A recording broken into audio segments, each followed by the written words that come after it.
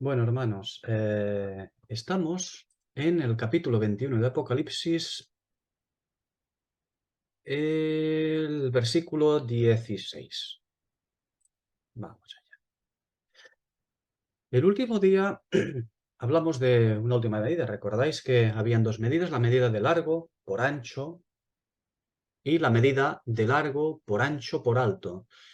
No es que en ese versículo hable de primero una medida y después la completa. No, no, no. Son dos medidas que el Espíritu nos da y ya sabéis que cuando nos da las cosas de esta manera y vemos algo raro, lo que nos está haciendo es un acceso directo, ¿eh? Nos dice, tenemos que ir a buscar dónde vamos a encontrar estas medidas en las Escrituras. Bien, ya hablamos ampliamente, un poquito ampliamente acerca de esto, y el último día estuvimos tratando un poco más la medida de largo por ancho por alto, pero con una nueva particularidad. Porque sabemos que esta medida largo por ancho son medidas de superficie, medidas horizontales, y la verticalidad nos la da el alto.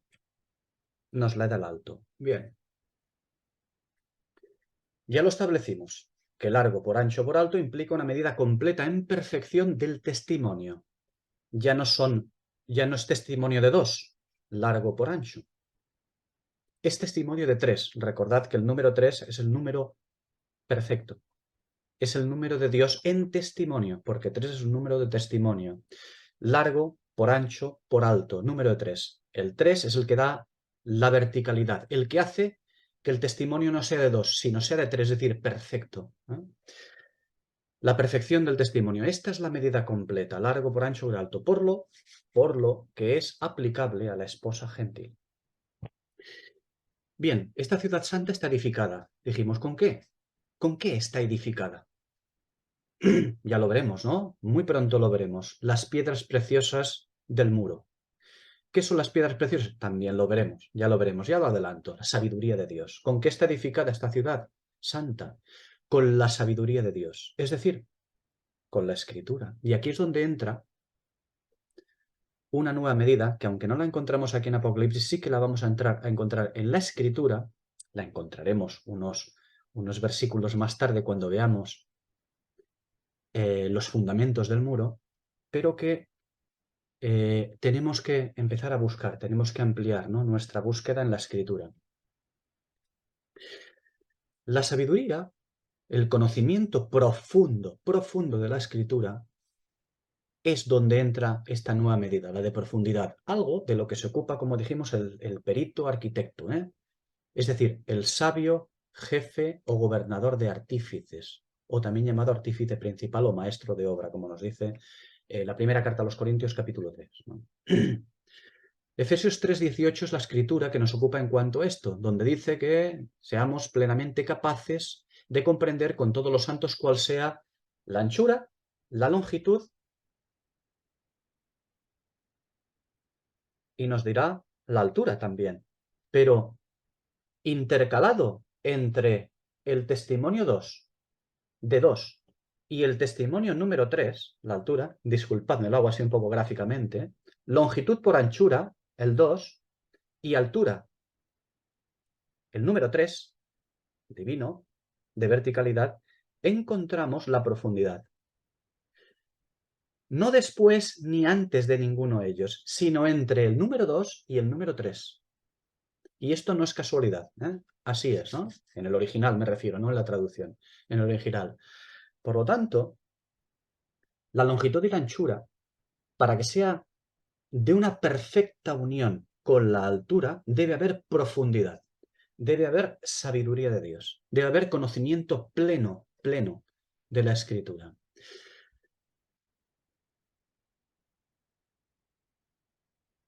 Conocer las medidas proféticas del testimonio perfecto, que es largo, por ancho, por alto, para ello, para poder llegar a ello, a su máxima expresión, es necesario incorporar ese elemento, el de la profundidad. ¿Y quién nos trae ese elemento? ¿Quién nos lo podía traer si no? Pablo. Tampoco es casualidad. Hay alguien más que nos habla de ese elemento. es Job, ¿no? Evidentemente estamos hablando de algo muy, muy especial, Job. La profecía y la sabiduría en Job es muy, muy grande, muy, muy importante. Bien, digo que la profundidad es el elemento que, como sabéis, fue otorgado a Pablo para su ministración. El Señor le otorgó la profundidad, el ministerio de la profundidad de la Escritura, del conocimiento profundo de la Escritura, le fue otorgado a Pablo, no a otros. A Pablo para su ministerio, para ministrarlo. Y si ha sido otorgado a Pablo, es que ha sido otorgado a aquella que él desposó con Cristo y tiene actualmente desposada. No es su esposa, pero está desposada, es la novia. Por lo tanto, permitidme la expresión, a los descendientes de Pablo es otorgada la profundidad. Dijimos que Efesios 3:18 es una escritura de correspondencia perfecta con el versículo de Apocalipsis, el capítulo 21, versículo 16 que estamos tratando ahora mismo. Es una escritura de correspondencia por lo que significa, porque no olvidemos que aquí no estamos tratando una ciudad edificada con ladrillo. No, no, no. Con ladrillo fue edificada Babel, Génesis 11, versículo 3. O como Egipto, de Éxodo 5, o incluso como la Jerusalén apóstata de Ezequiel, capítulo 4, versículo 1. No, la ciudad santa, nosotros ya sabemos cómo se edifica, ¿verdad? Primera de Pedro, capítulo 2, versículos 4 y 5, con piedras vivas, específicamente con piedras vivificadas, vivas en toda su extensión del significado de lo que significa vivas, ¿no?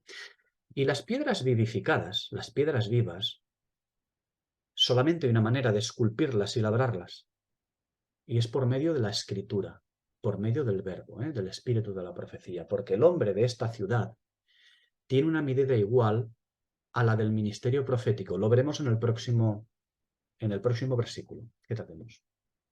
Bien.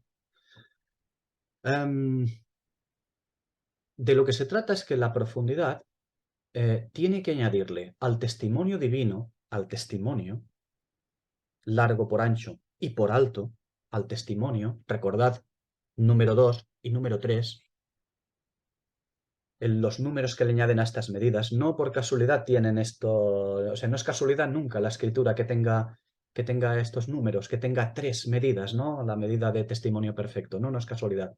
Pero es necesario que para que el testimonio sea perfecto, recordad Apocalipsis 19:10, es necesario que también sea igual al ministerio profético, al espíritu de la profecía. Es decir, a la profundidad, al conocimiento pleno de estas cosas, a la sabiduría, la profundidad. De manera que podamos alcanzar el pleno conocimiento de Dios y de Cristo.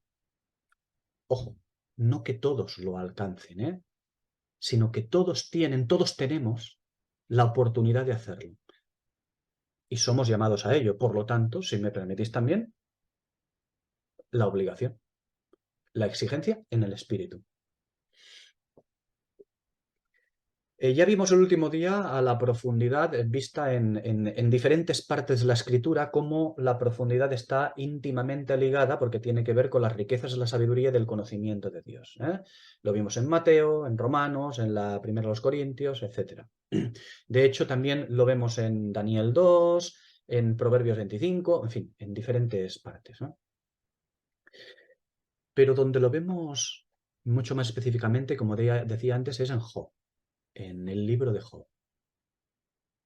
El capítulo 11, versículos 4-9, donde allí sí que especifica y vuelve a citar, de hecho es la segunda de las 2 únicas citas en la escritura donde se habla de las medidas, la longitud, la anchura, la altura y incorpora la profundidad. El libro de Job, curiosamente, ¿no? Job 11, versículos 4-9, donde la profundidad, en este pasaje, donde la profundidad de Dios queda identificada con la sabiduría en perfección de sus secretos. Es decir, con la doctrina pura, ¿no? Bien, antes de ir al versículo 17, antes de ocuparnos de la última medida, estuvimos hablando el último día de Teatira, de la profundidad de Teatira. ¿Por qué? Pues porque en Apocalipsis 2:24 allí se dice que hay una cosa que los de Tiatira llaman el conocimiento de las profundidades de Satanás, como ellos dicen, ¿no? Y era importante, pero es que me parece también importante hoy recordarlo un poco. ¿Por qué? Si nosotros no fuéramos la Odisea, no sería necesario recordarlo. Pero como somos la Odisea, es decir, hijos de una que nos ha criado en superficialidad, en literalidad, etcétera, etcétera, y no quiere que entendamos mucho más, nada más que 4 conceptos básicos, pero es necesario. ¿Por qué? Porque Tiatira, desde la Odisea, siempre se la ha considerado una, el brazo armado del anticristo, una que no es iglesia, que no es nada, que nada de lo que ha hecho ni lo que ha dicho sirve para nada, nada más que para mal y tal. Y debemos de tener un poco de cuidado, ¿no? Primero, porque eso de que no es iglesia no es verdad. Tiatira es iglesia.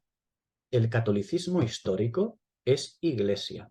Y así está reconocido por Apocalipsis capítulo 2.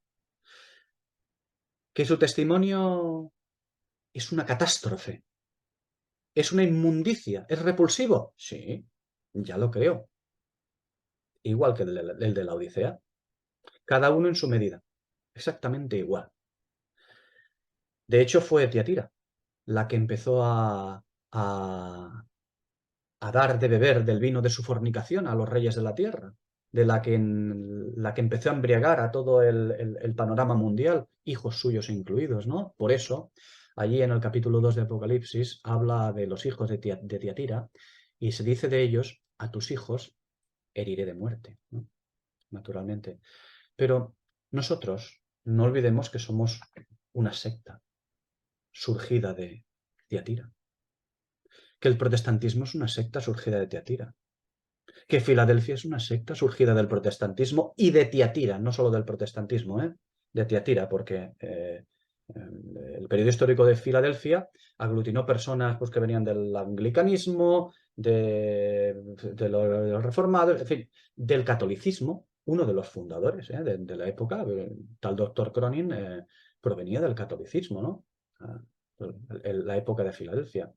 Y que la Odisea no es ni más ni menos que otra secta más, ¿no?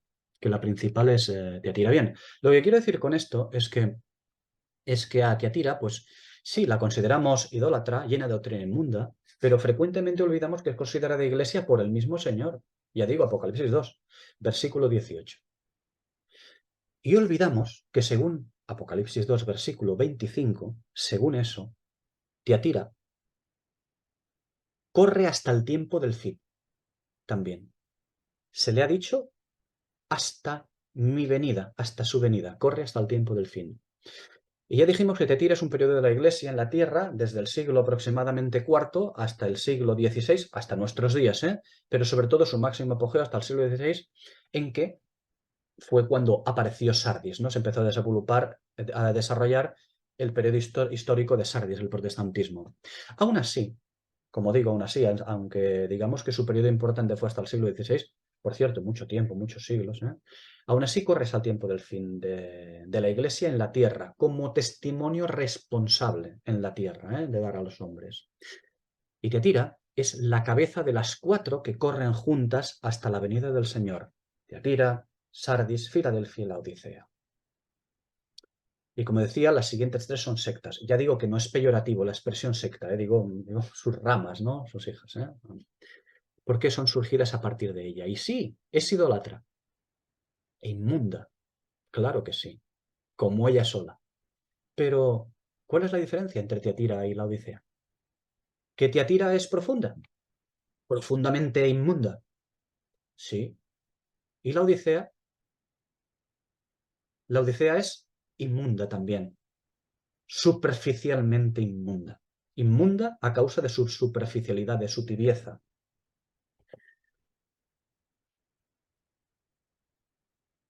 La Odisea no es capaz de llegar a la profundidad de la inmundicia de Tiatira, pero tampoco es capaz la Odisea, ojo, no es capaz de llegar a la profundidad de la inmundicia de Tiatira, pero porque tampoco es capaz de llegar a la profundidad de su desarrollo doctrinal.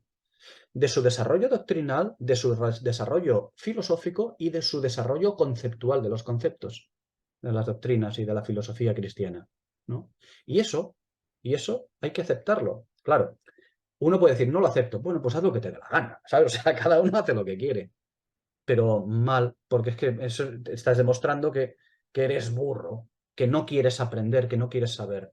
No estoy diciendo que debamos empaparnos ahora de los escritos católicos, ni mucho menos. Pues es una pérdida de tiempo, absoluta. Pero si echásemos un vistazo, solamente un vistazo, nos daríamos cuenta de la profundidad de Tiatira.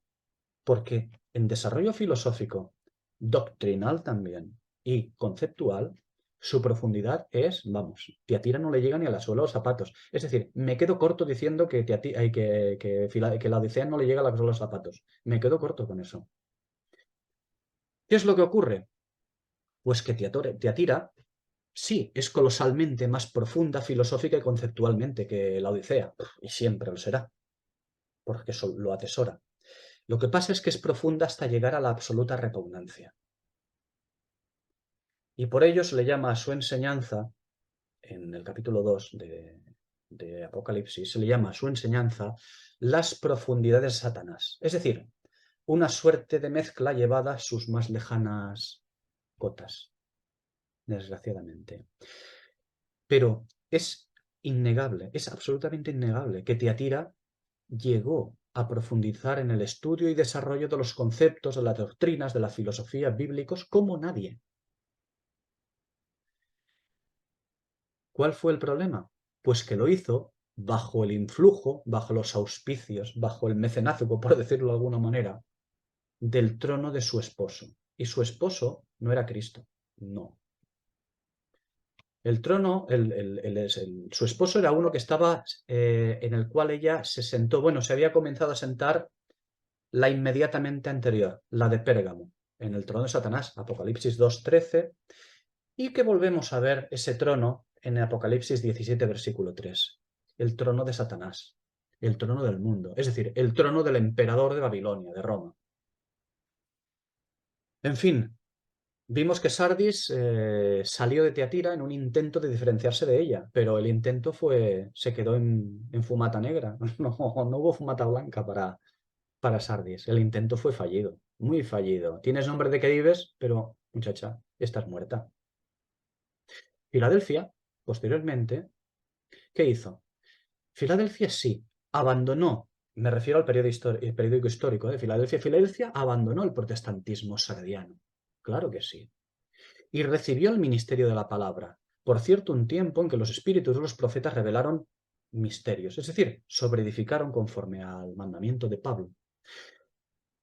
Pero aún así, Filadelfia, si recordáis, capítulo 3 de Apocalipsis, recibió la advertencia de no rebajar sus exigencias acerca del estudio de la palabra, porque si no, sería demolida, le sería arrebatada la corona, o demolida, o llamémoslo como sea, por la jactancia. Y como la naturaleza del hombre no tiene remedio, Filadelfia, ¿qué hizo? Pues acabó jactándose. Sí, con palabras de humildad, pero acabó jactándose. Es decir, acabamos jactándonos todos. Y Filadelfia dejó de sobreedificar, porque creía que ya era rica y se había enriquecido. Eso lo hizo Filadelfia. Se conformó con el maná que había recibido y pensó que de lo recogido en un día ya podría alimentarse para siempre, pero el maná hay que buscarlo cada día, si no se pudre y no sirve. Claro, cuando uno se jacta, deja de llamarse Filadelfia, se llama la Odisea. No es una iglesia diferente, es la misma. Siempre es la misma. Sardis no es Tiatira, sí lo es. Lleva los genes en su sangre, lleva toda la información. En fin. Pero la Odisea, hablamos de la profundidad, a nivel histórico, la Odisea es una pobre sombra de lo que fue Filadelfia. La Odisea solamente es una pobre sombra de su predecesora, Filadelfia. La Odisea, cuando comienza la jactancia de Filadelfia, que se empieza a convertir en la Odisea, ¿qué ocurre? Pues que mantiene más o menos sus doctrinas durante años, durante tiempo, en según qué sitios, en unos sitios más, en otros sitios menos, ¿no? Y, y bueno, pero al cabo del tiempo esas doctrinas, a causa de la superficialidad laodiceana, las doctrinas van diluyéndose. ¿Formando qué? Pues un batiburrillo de cosas de aquí y de allá que acaba siendo superficial. Así que la Odisea, por haber tomado la corona de Filadelfia, ya se cree rica y sin necesidad. Cree que nadie le puede quitar al esposo. Y no entiende que no es que nadie se lo vaya a quitar, no se lo va a quitar nadie. Ella misma se ha encargado de echarlo a la calle en Apocalipsis 3:20. Nosotros somos la Odisea. Aunque suene mal y raro, nosotros, la Odisea en general, nosotros lo hemos echado a la calle. Porque hablo de la Odisea en tercera persona, pero podemos hablar en primera persona del plural también, ¿no? En fin, la Odisea cree que ha llegado a un estado final conforme a la Biblia, a la espera de que aparezca, pues yo qué sé, una iglesia mala, llamada la Odisea, que el Señor la va a vomitar. No, pues precisamente quien espera eso es la Odisea, ¿no? La Odisea no entiende que ella es la última. No quiere entenderlo. Se conforma con 4 doctrinas básicas para no ofender o incomodar a los hermanos o incomodar a otros. ¿Y qué hace? Pues baila al son de flautistas, memoriza versículos, canta aquello de gracias, señor pastor, que nos lleva de excursión, monta lo que sea, ¿no? Pero el estudio profundo de la escritura no es que no haya sido concedido a la Odisea. Si ha sido concedido a Filadelfia, es que ha sido concedido a cualquiera, a cualquier creyente que quiera buscar en la escritura. Y cualquier creyente que quiera buscar en la escritura tiene que salir de la Odisea porque está en Filadelfia. En la Odisea estamos en la Odisea, ¿no? O sea, es así. Por lo tanto, es también una llamada a la Odisea. Las llamadas a Filadelfia son llamadas a la Odisea, a la escritura. Y ya sabemos que el mantra, uno de los mantras de la Odisea es el amor y la unidad. No digo nada en contra. Precioso, pero humanamente precioso solamente, ¿no? Esa es la pena. Amor y unidad, vale. A pesar de eso va a ser vomitada. Y la Odisea es también inmunda como Tiatira, ¿eh? Es inmunda, pero atesora profundidad en su currículum, mientras que la otra, digo que Tiatira atesora profundidad en su currículum, mientras que la otra, la Odisea, es idiota. Es inmunda, carnal, conformista, jactanciosa. Está perdida, creyendo que está completamente a salvo. Por eso la expresión te vomitará de mi boca. Tibia, superficial. Como decía, como dije el último día también, nosotros somos la Odisea. Mamamos de la teta de la Odisea. Somos sus hijos. No lo digo para que nos fustiguemos, ¿eh? No digo para decir, ay, qué malos somos. No, no, no. Lo digo para que entendamos Daniel 9. ¿Hay que lamentarse? Muy bien, lamentémonos, pero solo un ratito. Solo un ratito, porque hay que ponerse en marcha delante del Señor, en humillación y buscándole en las Escrituras. Pero no largo por ancho. No largo por ancho queriendo saltar a lo alto, no, no. Para saltar a la medida alta, hacia arriba, hay que pasar por la profundidad. Y esto es muy importante. Bien, ya no hablamos, ahora no vamos a hablar de la Odisea, no vamos a hablar de la novia actual. Ahora hablamos de la Nueva Jerusalén. La Nueva Jerusalén, cuando sea, la esposa, cuando sea esposa, tendrá esa medida de profundidad. Y no olvidemos que Pablo nos muestra esa profundidad justo, como hemos dicho, entre las medidas de superficie y la que conecta con el cielo, conectándolas perfectamente. Porque nadie puede llegar a tener esa intimidad con el Señor sino la esposa. Y eso tiene que ser única y exclusivamente en profundidad, con la medida extra de profundidad.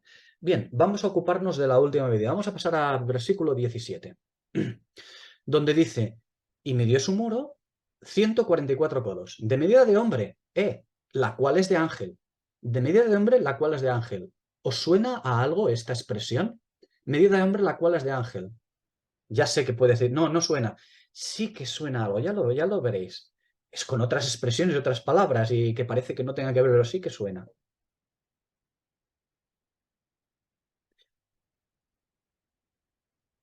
Vamos a comenzar con 144 codos, ¿vale? 144 codos es la altura del muro.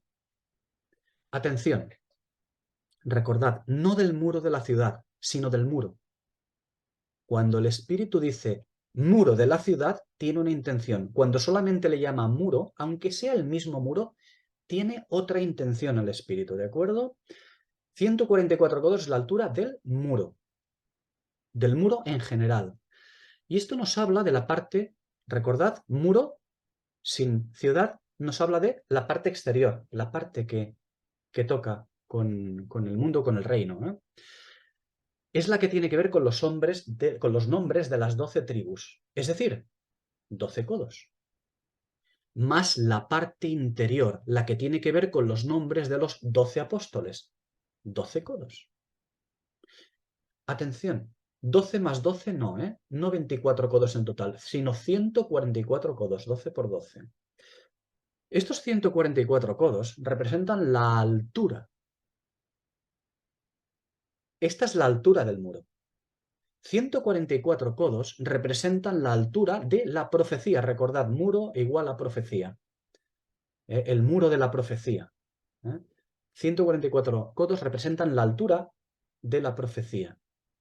De la escritura de los dos candeleros, ¿de acuerdo? De la escritura que tiene que ver con los ambos candeleros. Y evidentemente tiene que ver con la altura, con aquella altura que la falsa profecía debía adquirir para usurpar el trono de Dios. No olvidemos que la ciudad de Satanás siempre ha tratado de asimilar ambos candeleros. El primero, el de Israel, y el de la Iglesia. Siempre ha tratado de asimilarlos. Ah, y con resultados más que brillantes, por cierto, para Satanás. Un crack. ¿Cómo ha tratado siempre de asimilar ambos candeleros en cada época? Pues acometiendo y arrebatando en la brecha del muro. Esta siempre es Babel, la ciudad de Satanás. Y la altura pretendida de esta, la que pretende Babel, es la altura profética también, porque Babel pretende la altura profética. Esos 144 codos siempre los ha pretendido Babel, pero hace milenios. Génesis 11:4. ¿Recordáis? Hagamos una torre cuya cúspide llegue al cielo. ¿Para qué? ¿Para qué tenía que llegar al cielo la cúspide? Hombre, pues para asaltar, para arrebatar, para asaltar el trono de Dios en la tierra, de una manera u otra. Isaías 14:13 dice, recordáis, ¿no? Palabras de Satanás. Subiré al cielo, por encima de las estrellas de Dios levantaré mi trono. Estrellas es los que enseñan sabiduría, ¿eh? Por encima de las estrellas de Dios levantaré mi trono y en el monte de la reunión me sentaré. Vaya.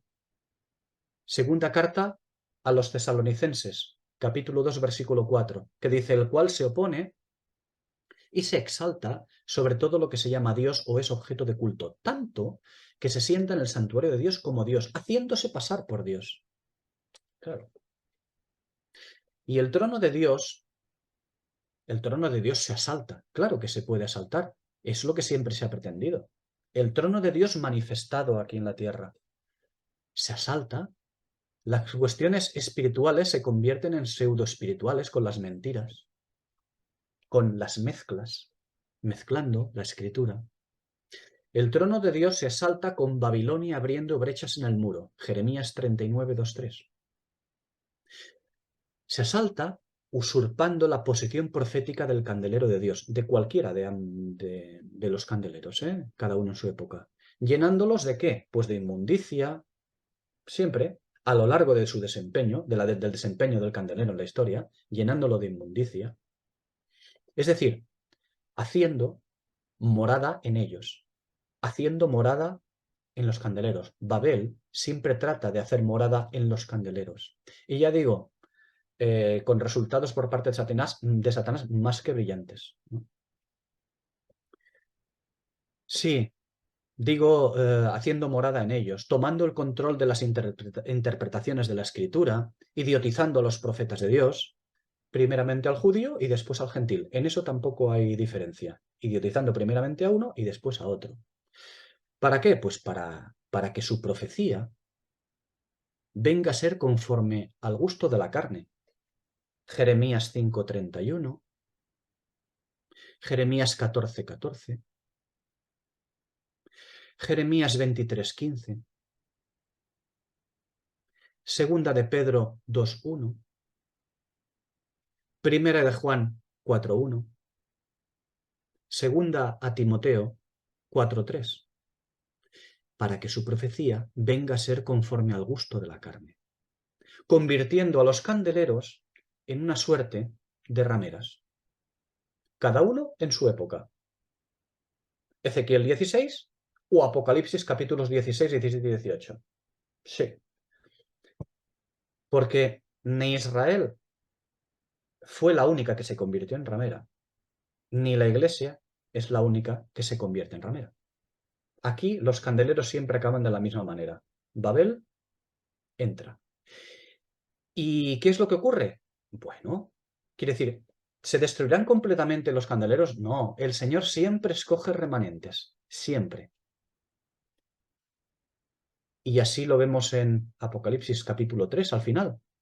He aquí, yo estoy a la puerta y llamo. Si alguno oye mi voz, es una pena poder observar esto, poder tener que leer si alguno oye mi voz, en vez de decir todos los que oigáis mi voz. No, no. Si alguno oye mi voz, eso implica que el número es muy, muy reducidito. Desgraciadamente. Una pena. En fin, como digo que quien asalta el muro siempre es Babilonia. ¿Y cómo? Pervirtiendo al candelero, pervirtiendo al testimonio de Dios. Bien sea judío o bien sea el testimonio cristiano. Pervirtiendo el testimonio de Dios o de Jesucristo, haciendo que el testimonio de Jesucristo no sea conforme al espíritu de la profecía. Apocalipsis 19:10. Porque de eso siempre se ha tratado. Por eso he insistido muchas veces en que Apocalipsis 19:10 es uno de los versículos más importantes de toda la Escritura, donde lo que nos está diciendo el ángel, el espíritu de la profecía, es que no puede ser. El objeto de Dios es que el testimonio sea igual al espíritu de la profecía. De eso se trata siempre.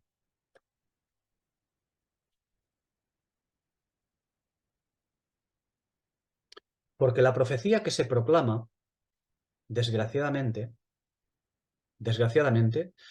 la profecía que se proclama, segunda de Pedro, capítulo 2, versículo 3, está repleta de inmundicia, de palabras moldeadas. Sí, nuestra iglesia.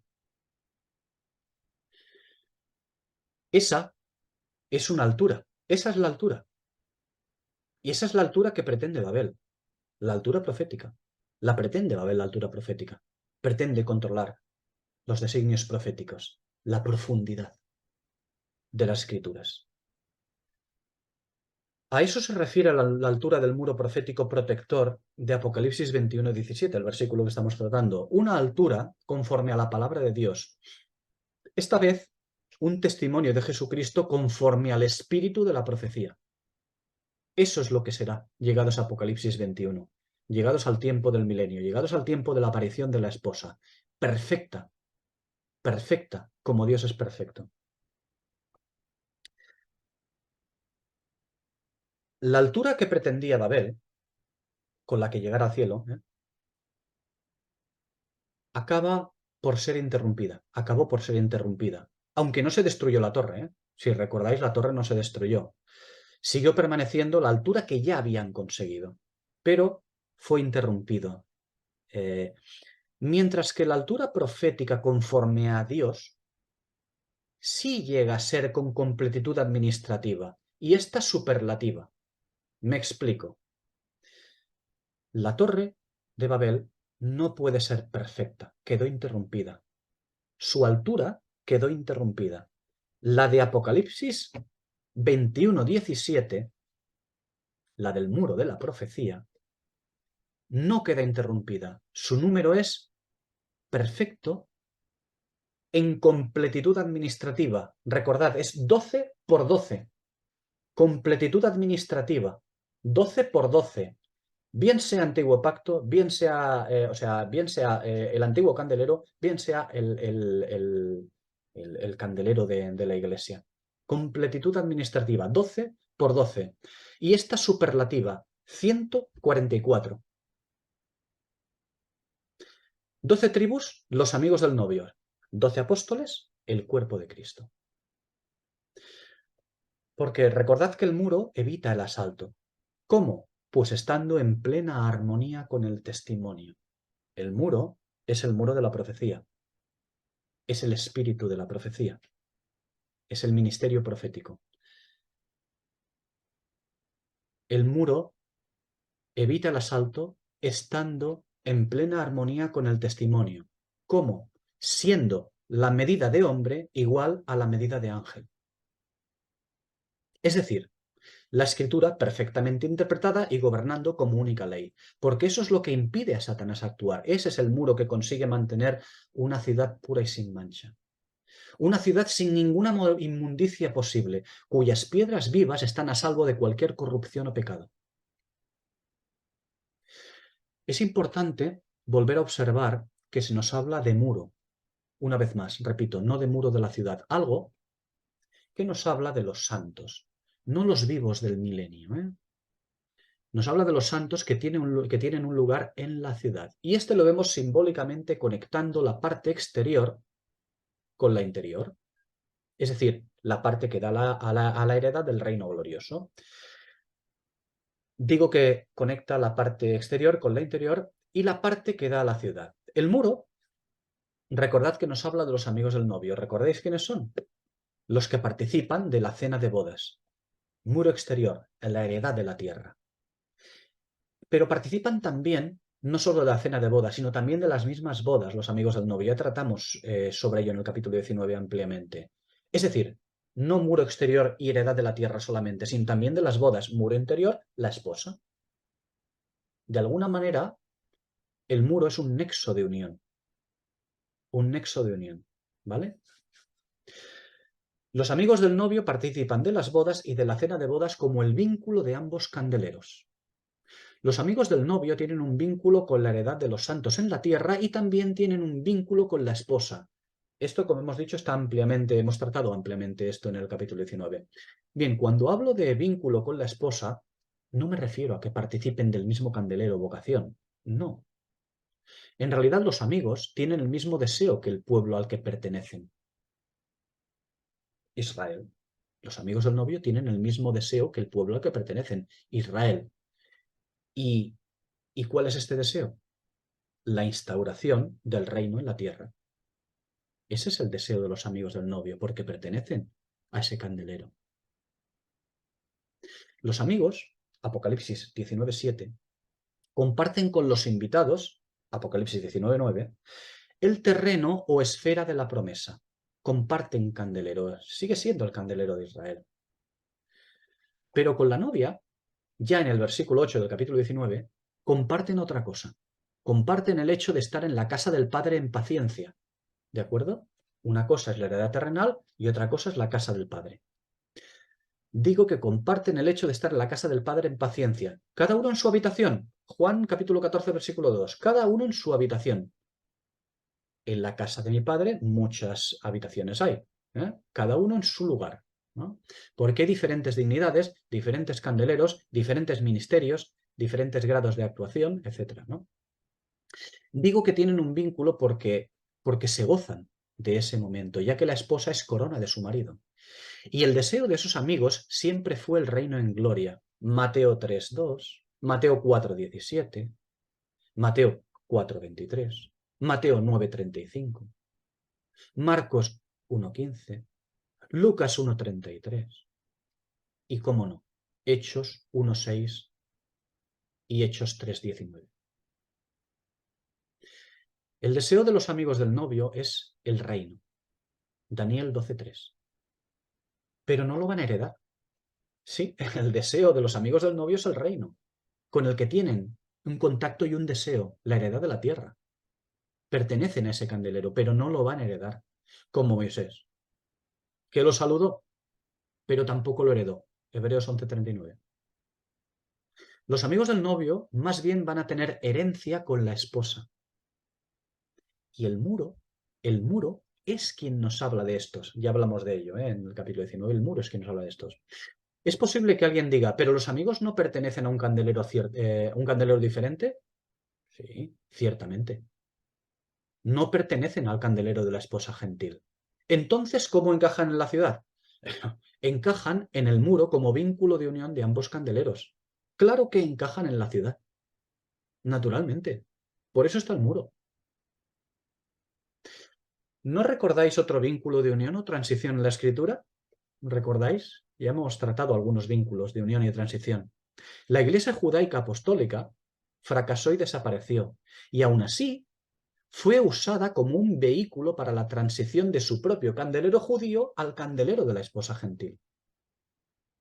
Y la Iglesia judaica sí, ella sí que nos habla de los amigos del novio precisamente.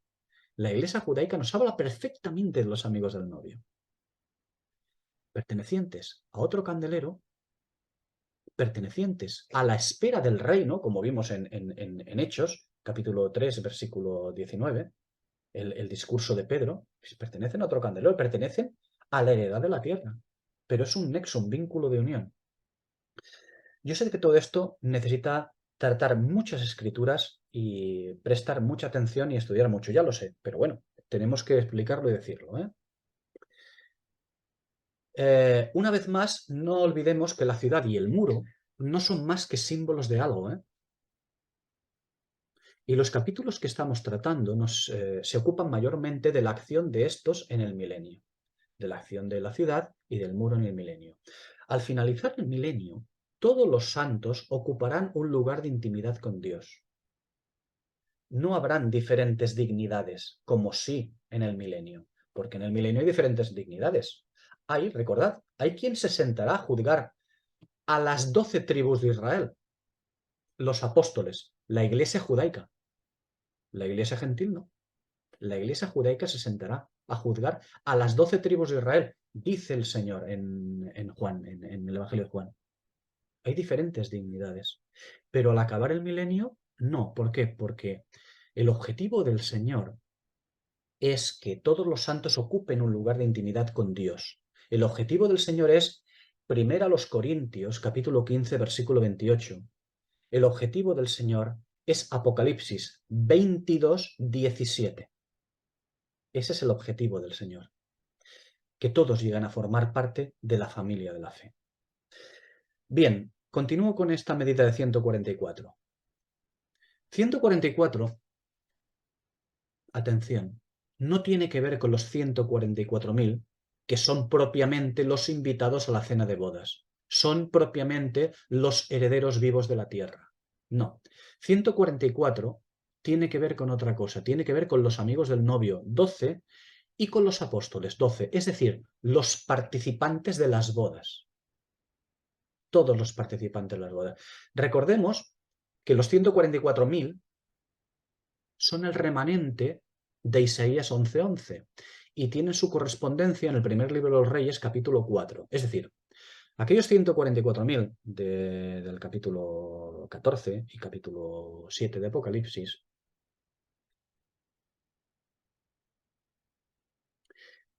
son aquellos de los que se habla son los gobernadores sirvientes encargados de la casa del rey. Es decir, la heredad terrenal en el milenio, estrictamente la heredad terrenal en el milenio. Son los que van a heredar la heredad terrenal en el milenio.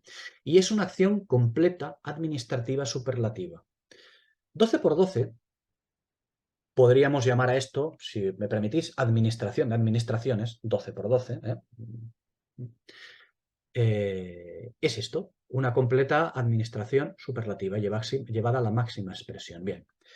Esos los 144.000. Ahora bien, los 144 codos del muro también representan una unidad de integridad o plenitud administrativa de gobierno, y también en grado superlativo, porque es 12 por 12. La diferencia con el otro 144, en aquel caso 144.000, estriba en que el versículo 3 de este capítulo 21 ha introducido un nuevo concepto, el cual es, como dice el versículo 3, ya lo hemos estudiado, que el tabernáculo ya no será solo para Israel, sino que esta vez el tabernáculo será para todos los pueblos. ¿Por qué? Por lo tanto, este 144 que tenemos en este versículo 17 de Apocalipsis 21, 12 por 12, ahora abarca toda la tierra. No son judíos, ya. 144.000, conforme al capítulo 7 y capítulo 14 de Apocalipsis, eran todos judíos, herederos de la tierra. Ahora no, estos 144 de este versículo, de este Apocalipsis 21, versículo 17, abarca a toda la tierra. Y tampoco olvidemos que el muro de la Nueva Jerusalén tiene dos funciones. La primera, separación del mal para evitar la entrada de quien no tiene derecho. Es decir, la profecía actuando en las puertas y decidiendo quién puede entrar y quién no. Y la segunda función del muro, hacer de conexión o contacto con el exterior. Porque la escritura juzga, pero también otorga alimento para que los hombres se sacien de bien. La profecía juzga. La luz de la escritura juzga. El rostro del Señor provoca muerte. Verlo provoca muerte, pero también provoca vida eterna. Ambas cosas, en función de nuestra posición. La escritura juzga, pero también otorga ese alimento para que los hombres lleguen a saciarse de bien. A ver si, saciándose de bien, pueden entregar su vida al Señor, pueden llegar a conocer a su Señor, al Señor de ellos. Por lo cual, en este muro también observamos, y ahora venimos con la medida de hombre, que es igual a la del ángel, en este muro también observamos a Apocalipsis 19:10, el cual es Efesios 2:20. Apocalipsis 19:10, recordad que dice, el testimonio de Jesús es el espíritu de la profecía. Y en Efesios 2:20 dice, sobreedificados sobre el fundamento de los apóstoles y profetas. Ambas cosas, testimonio y espíritu de la profecía. Donde el testimonio de Jesús tiene que ver con el apostolado, evidentemente, y el espíritu de la profecía con los profetas. Bien, y eso es precisamente lo que hace la segunda parte del versículo. Decirnos, hemos estudiado la primera parte del versículo y ahora la última, la que la medida de hombre es medida de ángel. Eso es precisamente, digo, lo que hace la segunda parte del versículo, decirnos que en el muro de la Nueva Jerusalén milenial, la medida de hombre es igual a la medida de ángel.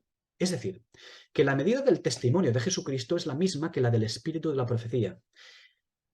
Insiste en que el milenio nos trae un tiempo diferente a la dispensación actual. Porque actualmente, en los tiempos nuestros que corren, no vemos que el testimonio de Jesucristo se desarrolle conforme al espíritu de la profecía. Quedó claro en Apocalipsis 2 y 3. Está claro que no, el testimonio de Jesucristo no se desarrolla, no se ha desarrollado conforme al espíritu de la profecía, sino más bien con una disociación entre ellos cada vez más abismal.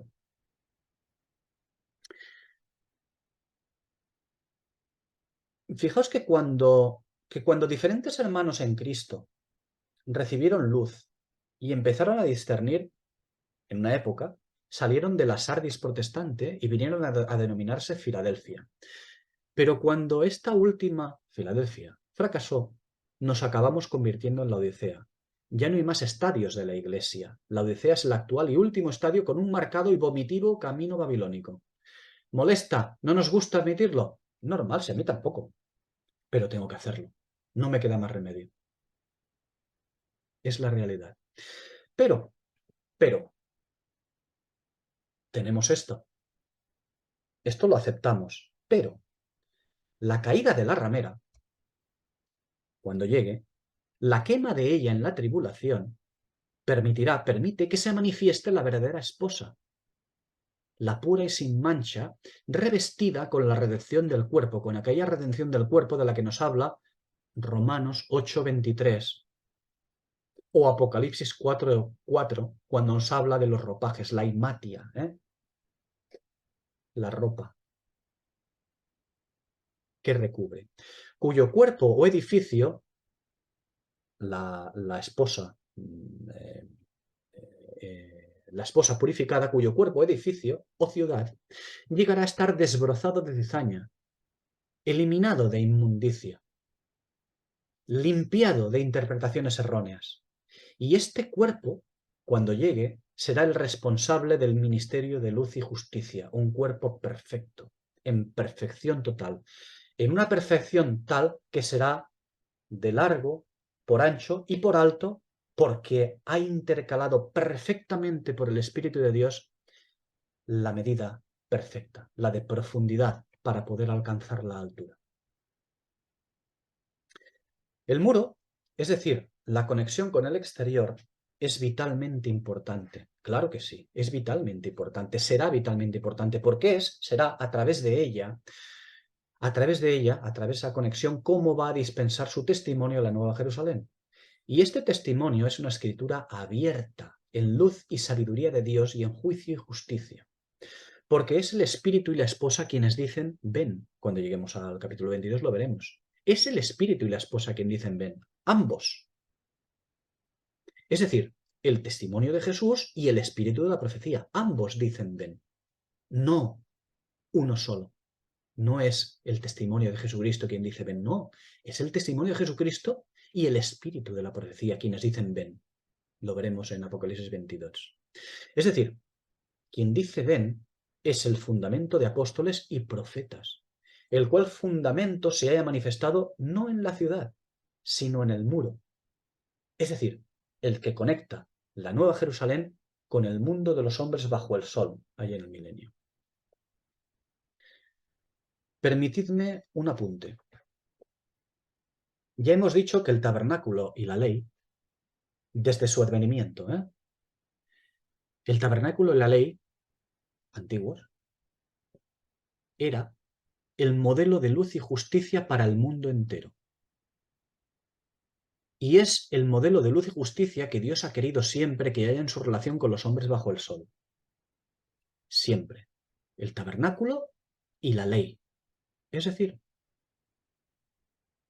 el testimonio, de lo cual nos habla el tabernáculo, y la ley, la escritura, de lo cual nos habla el espíritu de la profecía. ¿De acuerdo? Cuando vemos en Apocalipsis 19:10 que se nos habla del testimonio de Jesús y el espíritu de la profecía siendo uno, nos está hablando del tabernáculo y de la ley actuando en gobierno perfecto. 12 por 12 igual a 144. De eso nos habla.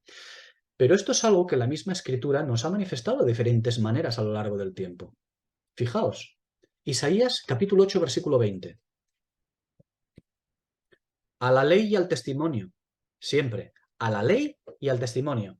A los dos. No a uno solo, porque uno solo se quedará cojo. El espíritu de la profecía necesita, porque así lo estableció Dios, de un candelero en la tierra, de un testimonio en la tierra. El testimonio en la tierra, el candelero, si no actúa conforme al ministerio profético, si no actúa conforme al espíritu de la profecía, se convierte en una suerte de Babilonia siempre, ¿vale?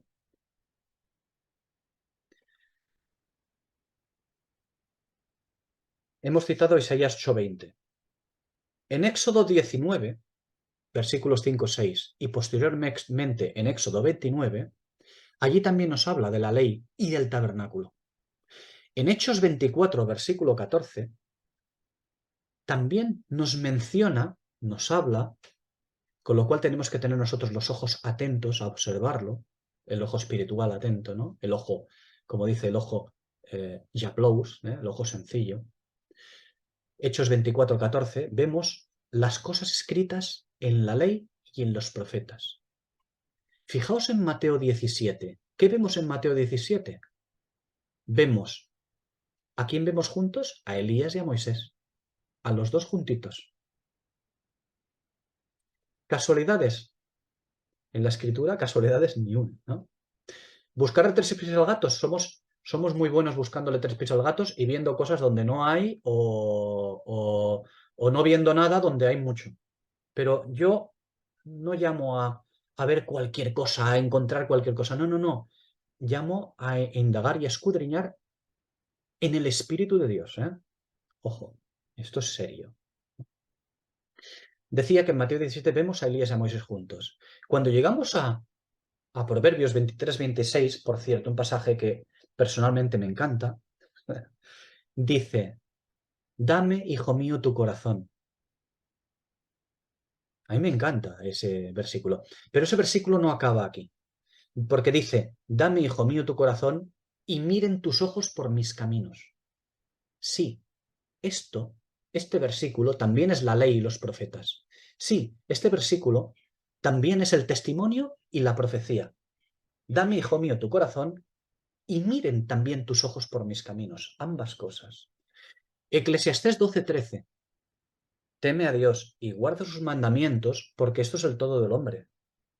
Y Efesios 2:20, finalmente, también nos dice, sobre edificados sobre el fundamento de los apóstoles y profetas. Y como no, llegamos a Apocalipsis. Apocalipsis 19:10, Apocalipsis 22:9 y todo el capítulo 21 con la Nueva Jerusalén y el muro y la medida de hombre y de ángel. E insisto en que todos estos versículos que he citado no son exhaustivos. Como ejemplo, no son exhaustivos, porque la escritura está llena de referencias más o menos veladas, más o menos explícitas al respecto, pero están.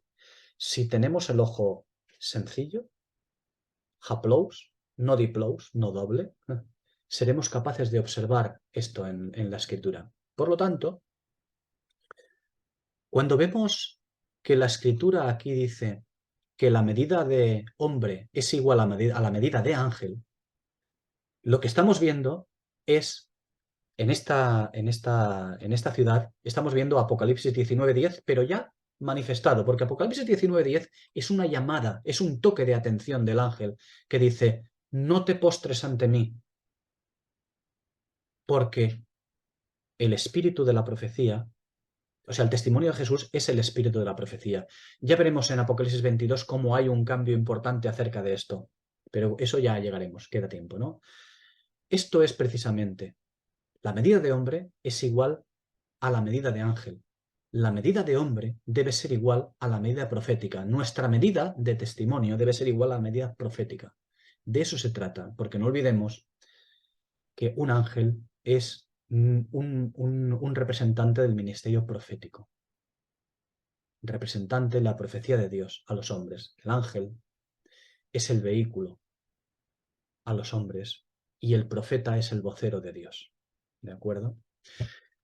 Bien, pues por hoy podemos dejarlo aquí y el próximo día, si el Señor quiere, podemos continuar con los materiales del muro.